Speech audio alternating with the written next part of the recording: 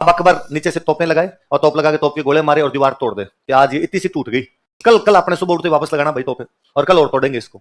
और सुबह उठ के देखा तो पता चला वो दीवार रातों रात बन गई, जो तोड़ी थी जितनी उस दीवार को वापस से बना दिया गया। अगले दिन वापस तोड़ी, अगले दिन वापस दीवार बनी। ये मुगल दीवार तोड़े दिन में, शाम तक रातों रात दीवार वापस बन जाए। तो अकबर ने कहा पता तो लगो इतना कौन इंटेलिजेंट आदमी है कि रातों रात निर्माण कार्य करवा लेता है। तो पता चला अंदर जयमल है।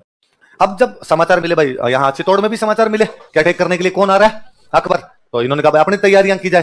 तो उदय सिंह ने अपने सारे मंत्री संतरी सामंत बड़े बड़े जो भी अधिकारी थे सबको बुलाया और बुलाकर अकबर का अटैक होने वाला है, वहां से एक बड़ी सेना आ रही है, बताओ अपनी क्या तैयारियां, कितने हथियार हैं, कितनी सेना है अपने पास में। जब सारी सलाह मशविरा कर रहे थे तो एक राय निकल के आई।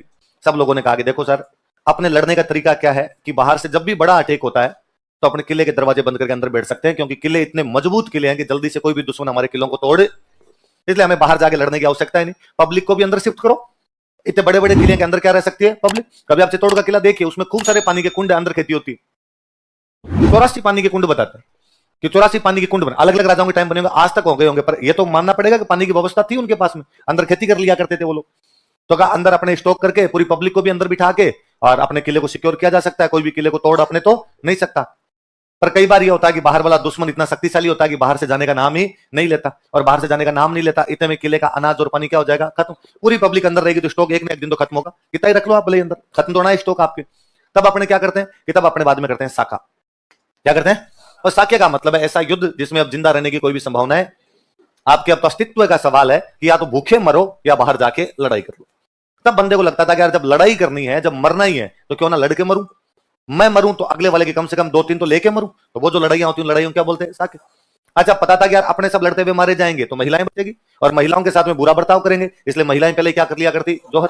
अब जब महिलाएं जोहर कर लेती तब तो आदमी को और लगता कि यार इस बाहर जो दुश्मन बैठा है इसके चक्कर में हमारे तो परिवार की महिलाएं को जलना पड़ा। अब वो और गुस्से में बाहर निकलता था और दुश्मन को जितनी हानि पहुंचा सकता था उतनी हानि पहुंचाता। तो अपना तरीका ये है।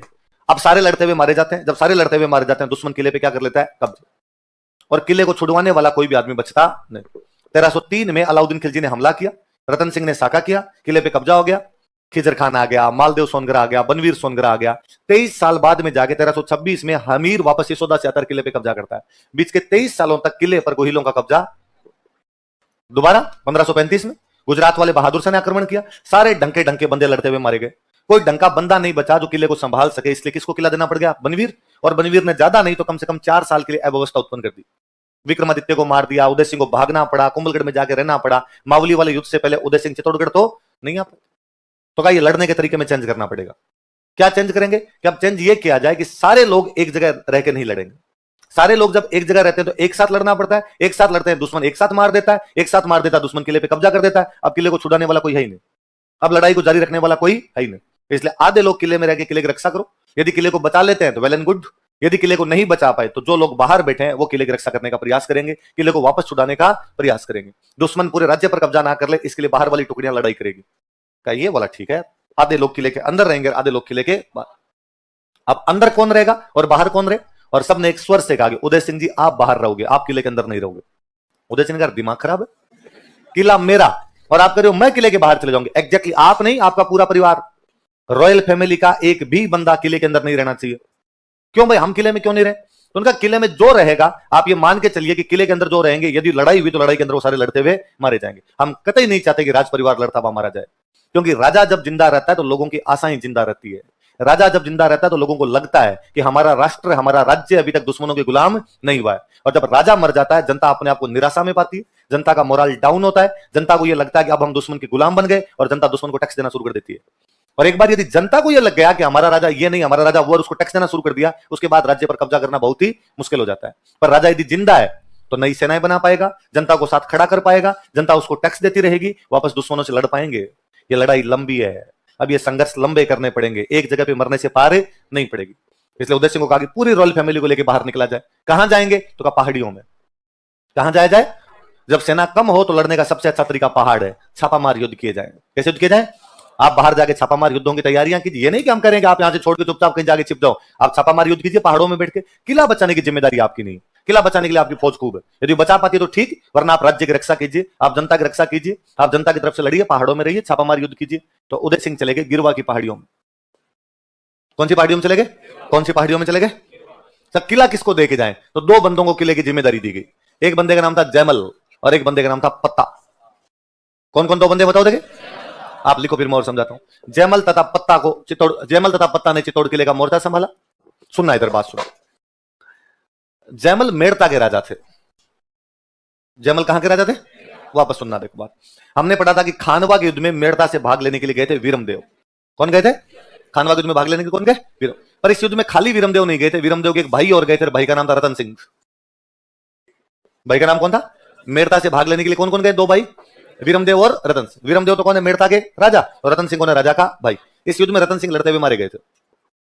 खानवा के युद्ध में मेड़ता से को लड़ते हुए काम आया था, तो वो बंदा कौन था, रतन सिंह। किसके भाई है, वीरमदेव युद्ध हार गए तो अपने वापस मेड़ता चले गए, और रतन सिंह युद्ध में लड़ते हुए मारे। रतन सिंह की बेटी का नाम था मीरा। रतन सिंह की बेटी का नाम क्या है, जिसकी शादी भोजराज के साथ की हुई, जिसकी शादी किसके साथ की हुई थी, वीरमदेव के बेटे का नाम था जैमल। वीरमदेव के बेटे का नाम क्या है, इसका मतलब जैमल और मीरा कजन है।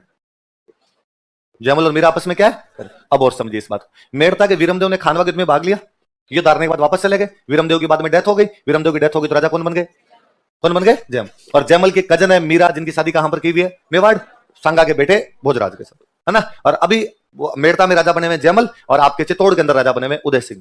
चित्तौड़ में राजा कौन है, जब जैमल यहां पर मेड़ता में राजा थे तो अकबर पहले मेड़ता पर अटैक करता है और 1562 में मेड़ता पर कब्जा कर लेता है।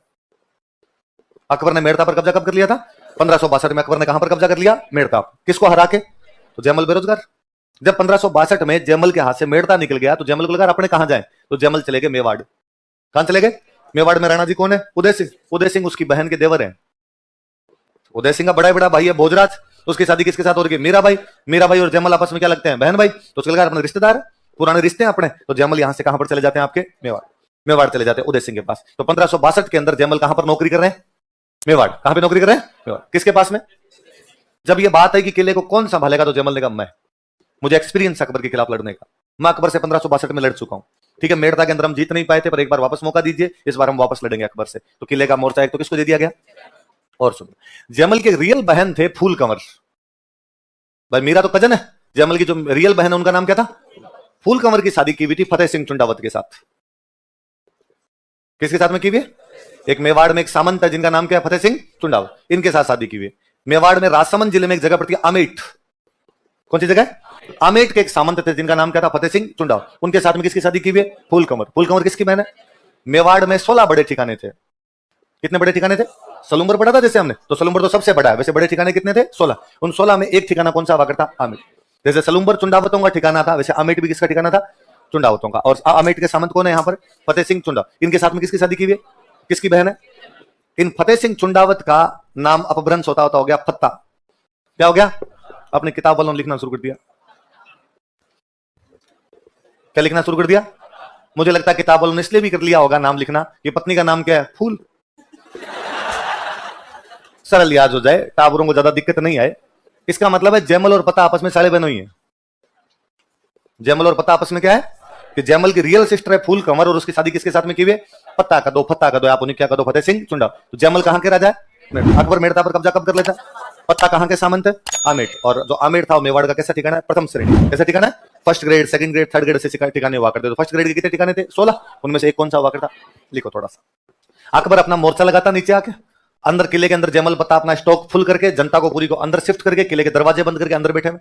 अकबर ने कहा कोई बात नहीं, अब तक तोपों वगैरह का प्रयोग खूब होने लग गया था, अकबर के पास खूब सारी तोपें थी। अकबर ने कहा किले की दीवारें तोड़ने के लिए क्या किया जाए, नहीं तो तोपे लगाओ और तोप के गोले मारो, और दीवार कमजोर होकर अपने आप में टूट जाएगी। थोड़ी थोड़ी दीवार तोड़ेंगे, आज इतनी सी तोड़ दी, कल और तोड़ देंगे, कल यूं तोड़ देंगे, दीवार टूट जाएगी, दीवार टूट जाएगी, अंदर घुसेंगे।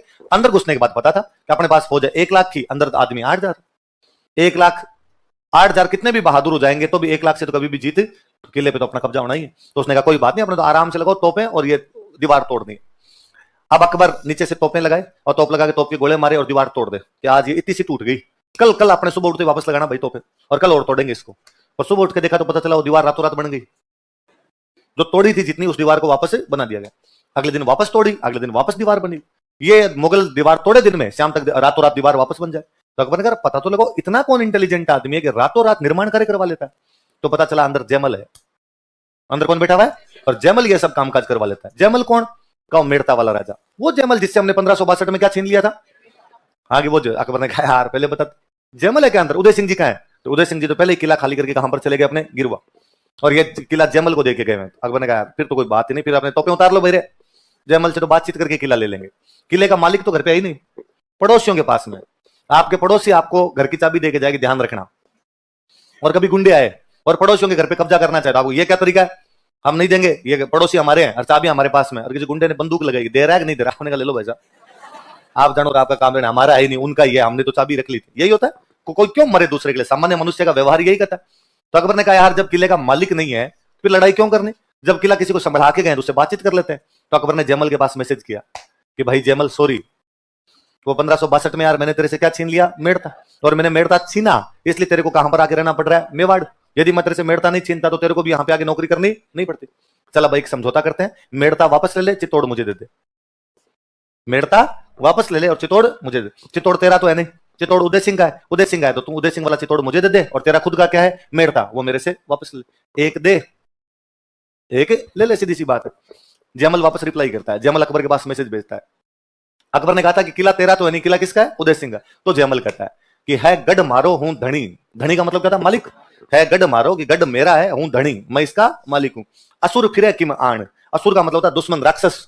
कि राक्षस की औकात नहीं है किले के अंदर घुस जाए, क्योंकि किला मेरा है और मैं इस किले का क्या हूं? मालिक। कैसे तू मालिक, कैसे हुआ? तो अगली लाइन बोलता है कि कुंचा ज्यूं चित्रकूट रही। चित्रकूट मतलब चित्तौड़, चित्रकूट मतलब कुंची मतलब चाबी। चित्तौड़ की चाबियां दीदी मोही दीवान। मेवाड़ के राजाओं को क्या बोलते थे एकलिंग जी का?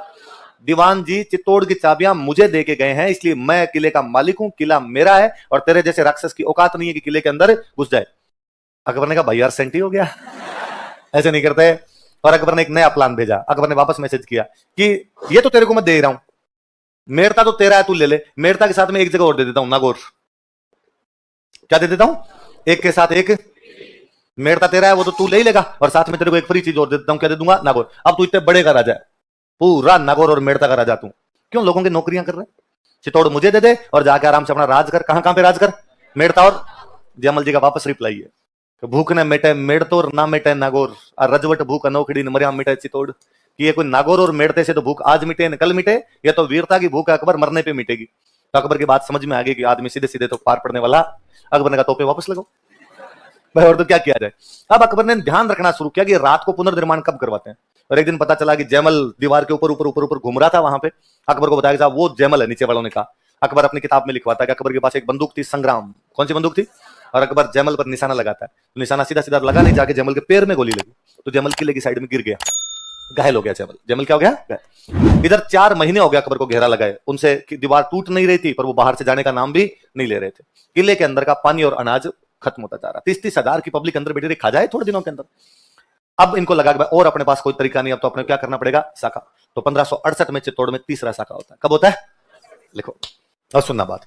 जब केसरिया की बारी है, महिलाओं ने जोहर किया। महिलाओं ने जोहर करने के बाद जब केसरिया के लिए जाने लगे तो केसरिया कपड़े पहन के बाहर जाते, सारे सैनिक केसरिया कपड़े पहन के बाहर जाने लगे। तो जयमल की आंखों में आंसू आ गए।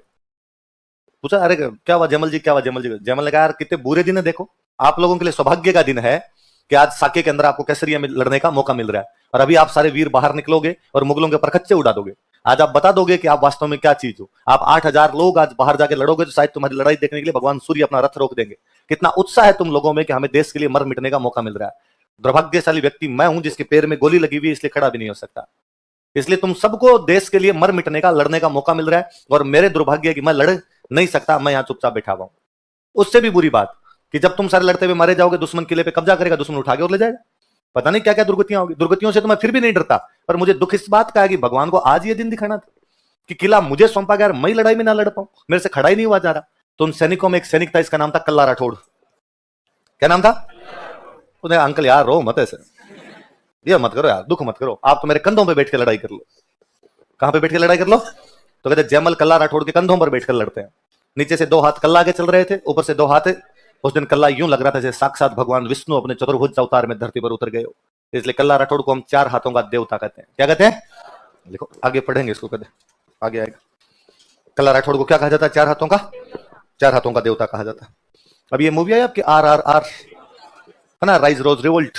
इसके अंदर एक सीन है जिसमें उसके कंधों पर बैठ के लड़ रहा होता है। वो रियल सीन हमारे जयमल और कल्ला राठौड़ का है। वो राजस्थान की हिस्ट्री से उठाया हुआ सीन है। वास्तव में उस तरीके से लड़ने वाले 2 बंदे वो कौन थे? जयमल और कल्ला। चित्तौड़ के किले की रक्षा कर रहे थे। पत्ता चुंडावत चित्तौड़ के किले की रक्षा करते हुए रामपोल पर वीरगति को प्राप्त हुए।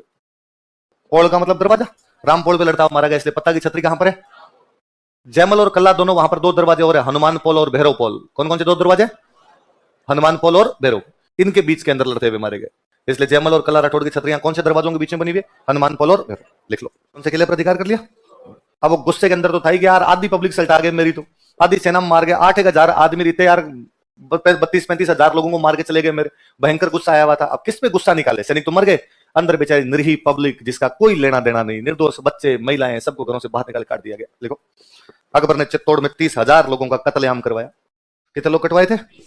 तब कई बार लगता है कि डार्विन ने जलियांवाला कांड में 369 लोग थे, 379 लोग थे, 379।